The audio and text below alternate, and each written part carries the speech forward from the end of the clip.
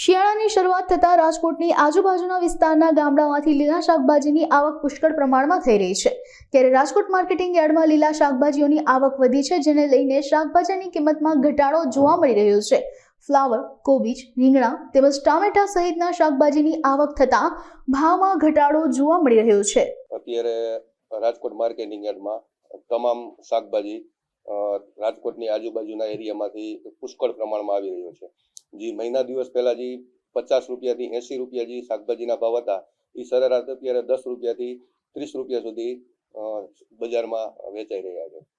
માર્કેટમાં જે 10 રૂપિયાનો કિલો આ માર્કેટમાં હરાજીમાં જે વેચાતું હોય એ બજારમાં 25-30 રૂપિયા સુધી વેચાઈ રહ્યું છે। કારણ કે આમ ગણીએ તો શાકભાજી કોઈ પણ વસ્તુ લઈ તો 10 કિલોમાં 2 કિલો બગાડવાળું હોય તો નાખી દેવું પડે।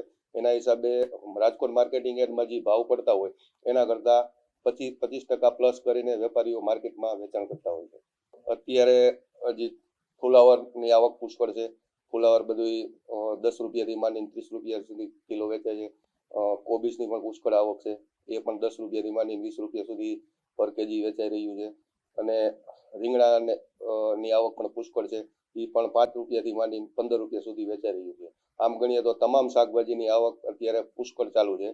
અને જે બહારથી ટમેટા આવે છે, આપણે મહારાષ્ટ્ર છે, બેંગ્લોર છે, એની આવક હવે ધીમે ધીમે ઘટતી જાય છે અને આપણા લોકલ દેશી ટમેટાની આવક રાજકોટ માર્કેટિંગ યાર્ડમાં પુષ્કળ પ્રમાણમાં આવતી જાય છે।